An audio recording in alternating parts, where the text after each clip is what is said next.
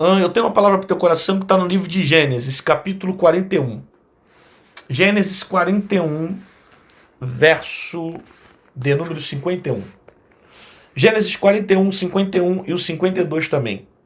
Diz assim: E chamou José o nome do primogênito, Manassés, porque disse: Deus me fez esquecer de todo o meu trabalho e de toda a casa de meu pai. 52.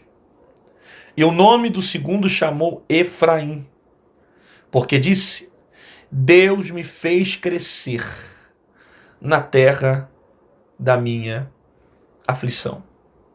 Diz aí, só esse versículo já arrepia, né? Deus deu 2 filhos para ele. O primeiro se chamou Manassés, que ele vai dizer que significa Deus me fez esquecer de todo o meu trabalho e de toda a casa de meu pai. E o 52, e o nome do segundo chamou Efraim, porque disse: Deus me fez crescer na terra da minha aflição. Perceba aqui que José ele vai profetizar em cima dos filhos dele, e além de profetizar algo que ele está vivendo e que ele deseja viver,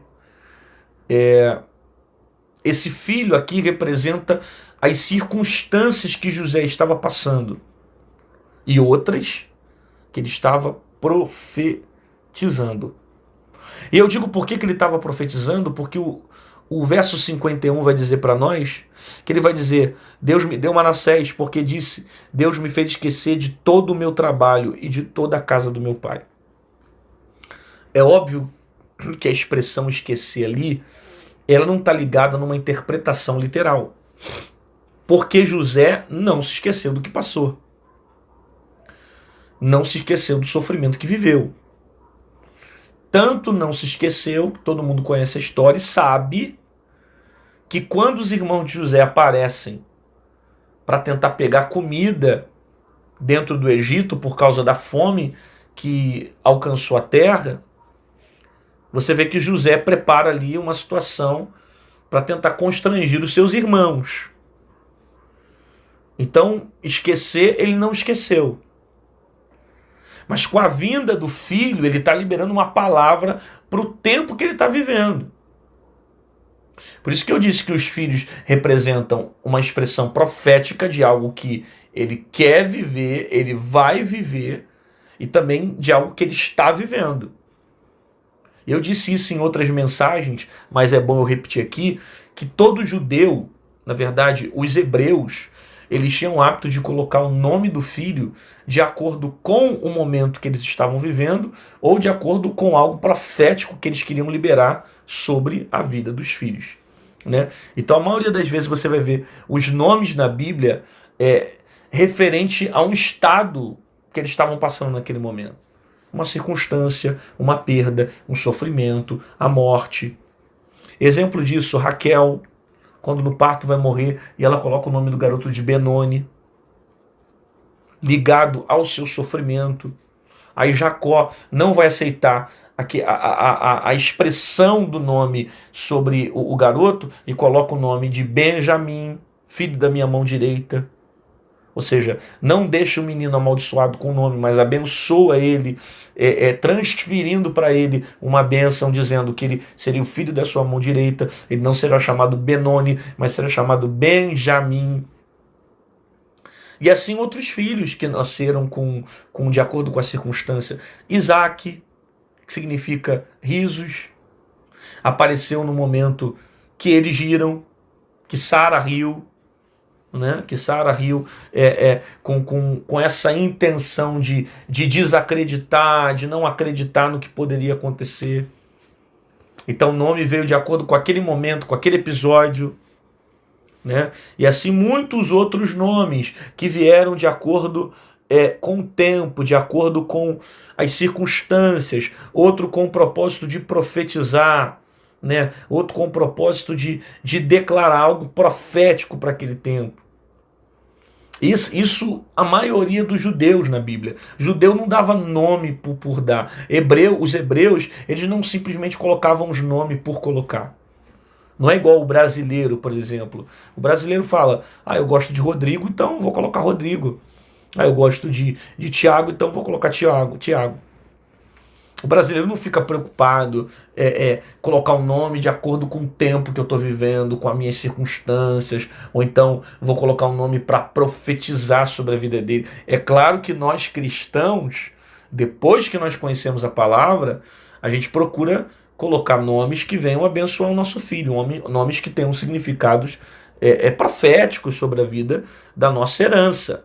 Mas quando nós conhecemos o Evangelho, né? Quando nós conhecemos a palavra. E mesmo assim, não é nem todo cristão que pensa assim. Tem muitos cristãos que não vê necessidade, coloca um nome qualquer, né? Às vezes nem vê o significado do nome, porque o que eu estou dizendo para você é que a cultura brasileira é diferente da cultura hebreia, né? da cultura dos israelitas. Precisamente nesse tempo dos hebreus. Eles colocavam o nome profetizando algo sobre o filho, profetizando algo sobre a geração, ou de acordo com o tempo que eles estavam vivendo. Então, o nome que José está dando aqui para os seus filhos são nomes proféticos, outros de acordo com o estado que ele está vivendo. Porque Deus me fez esquecer de todo o meu trabalho e da casa do meu pai. Esse nome aqui, Manassés, é óbvio que essa criança veio trazendo muita alegria para o coração de José, diante de todo o sofrimento que ele viveu. E agora, no capítulo 41, José está em um dos auges da sua carreira, da sua vida, porque agora ele está experimentando um novo tempo.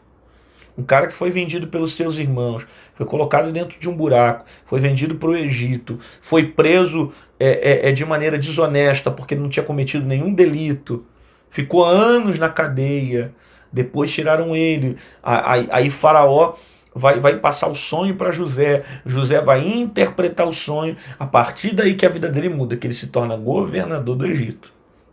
A partir daí. Mas até então, a vida dele era só sofrimento. Era só dor. Aí você percebe que no capítulo 41 que as coisas vão mudando, começam a mudar. Então, os filhos dele nasceram nesse período de bênção, nesse período do propósito se cumprindo sobre a vida dele. Porque aqui já está se cumprindo as promessas, né? E vai se cumprir mais ainda quando os irmãos aparecem. Lembra do sonho que ele teve lá no início, quando ele era jovem? Que ele sonhou que o molho dos seus irmãos se encurvavam diante dele, vai se cumprir lá na frente. Quando os irmãos aparecem no Egito para pedir comida, porque não tinham nada para comer dentro da região e por causa da fome que apareceu sobre a terra. Na verdade, tudo que José passou cooperou para ele chegar no propósito. Toda dor, todo sofrimento, toda perda, decepção, tudo isso empurrou José para o propósito. É por isso que eu não tenho que temer as lutas. É por isso que eu não tenho que temer os processos. É por isso que eu não tenho que temer as prisões, o Egito, as lutas. Por quê? Porque todos esses problemas, eles me impulsionam para perto de Deus. Todas essas guerras me impulsionam para perto do Senhor. Todas essas crises, elas me levam para perto de Deus. Elas me levam para o propósito. Elas me levam para a promessa. Você imagina, se José não fosse vendido pelos seus irmãos, ele não chegaria ao Egito. Se ele não chegasse ao Egito, ele não seria preso. Se ele não fosse preso, melhor, se ele não chegasse ao Egito, ele não seria vendido para dentro da casa de Potifar. Se ele não chegasse na casa de Potifar, ele não ficaria na prisão. Se ele não ficasse na prisão, ele não conhecia o copeiro, que foi o cara que lembrou ele para Faraó. Se ele não tivesse conhecido o copeiro, Faraó não tinha conhecido ele, colocado ele como governador do Egito. Você entendeu como é que a história de José se encaixa? Como as dores, as lutas, o sofrimento estão impulsionando ele para o propósito. É por isso que eu não tenho que temer os desertos que eu estou passando agora. Porque tudo que eu vivo hoje vai me projetar para a promessa, vai me projetar para o propósito. Talvez você não tenha as respostas que você quer, talvez você não esteja passando o que você queria estar passando, talvez você não tenha a vida que você quer, porque as situações têm sido difíceis para você, mas creia que toda a dor que você passa, ela vai te empurrar para o propósito. Ela vai te levar para o propósito. Quando Deus te faz uma promessa e Ele usa as circunstâncias para te levar até o lugar que Ele quer, pode ter certeza que tem algo grande para acontecer sobre a sua vida. José não tinha ideia disso. Ele tinha sonhos. Ele sonhou inclusive que o sol e a lua e 11 estrelas se encurvavam diante dele, mas ele não tinha ideia do que poderia acontecer. Ele não sabia das guerras que ele teria que travar. Mas Deus era um Deus que cumpre promessa. E iria usar tudo aquilo que ele estava passando para que promessas se cumprissem sobre a sua vida. E agora que se cumpriu, ele se torna governador do Egito. E o texto vai dizer que ele vai ter filhos. E o primeiro ele coloca Manassés. Porque Deus me fez esquecer todo o meu trabalho e também da casa do meu pai. Não é isso que o texto diz? Me fez esquecer de todo o meu trabalho e de tudo e de toda a casa do meu pai. Na verdade, ele estava aqui profetizando. Ele estava profetizando. Porque ele disse que esqueceu de toda a casa do pai dele. E na verdade, ele não tinha esquecido. Ele lembrava muito bem quem era o pai, lembrava muito bem quem era o irmão. Mas o filho veio para isso, para trazer alegria, para trazer esperança. Eu quero profetizar isso sobre a sua vida. Eu quero declarar nesse dia que aquilo que você vai gerar vai te dar esperança. Aquilo que está para nascer na sua vida por esses dias vai te dar esperança.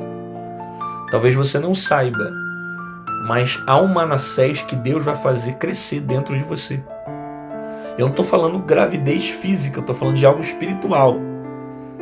Algo que você vai gerar e vai te dar esperança.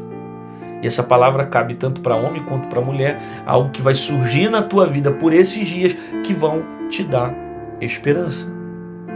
Por isso, não se entregue ao mundo, não se entregue ao desespero, não se entregue às inquietações, não se entregue à ansiedade, porque aquilo que está por vir vai te dar esperança. Manassés vai vir.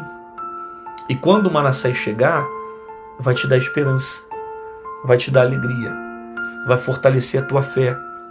Você vai passar a ter ânimo no meio das circunstâncias. Só que José não teve só Manassés. O texto diz para nós o seguinte: e o nome do segundo se chamou Efraim, porque Deus me fez crescer na terra da minha aflição. Eu não sei se você recebe essa palavra, mas eu estou liberando uma profecia para a tua vida dizendo que por esses dias você vai gerar duas coisas. Você vai gerar Manassés e você vai gerar Efraim. Você vai gerar Efraim. Se você recebe essa palavra, você vai gerar Efraim. O que é Efraim, pastor? Deus me fez crescer na terra da minha aflição. Isso aqui José está vivendo. Isso aqui não é só algo profético que ele está colocando sobre o filho. Isso aqui ele está colocando algo que realmente está acontecendo. Deus fez ele crescer na terra da sua aflição. E é isso que Deus vai fazer com você. Você vai gerar Efraim. Você vai crescer em tempos difíceis. Você vai gerar na terra da sua aflição. Você vai gerar em ambientes onde tudo está te levando a viver uma vida de derrota, a viver uma vida de tragédia, a viver uma vida de sofrimento. É nesses ambientes que você vai gerar Efraim. E você vai dizer isso. Ele me fez gerar. Ele me fez conceber.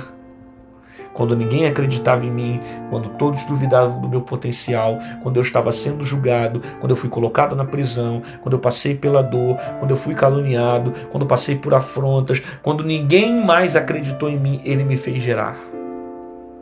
e me fez gerar Efraim. Ele me fez crescer. É isso que o Senhor quer fazer, te fazer crescer. Então a prisão estava te fazendo crescer. Então as lutas que você passou com a tua família, com seus irmãos, estavam te fazendo crescer. As guerras que você travou na sua vida emocional, na sua mente, estavam te fazendo crescer.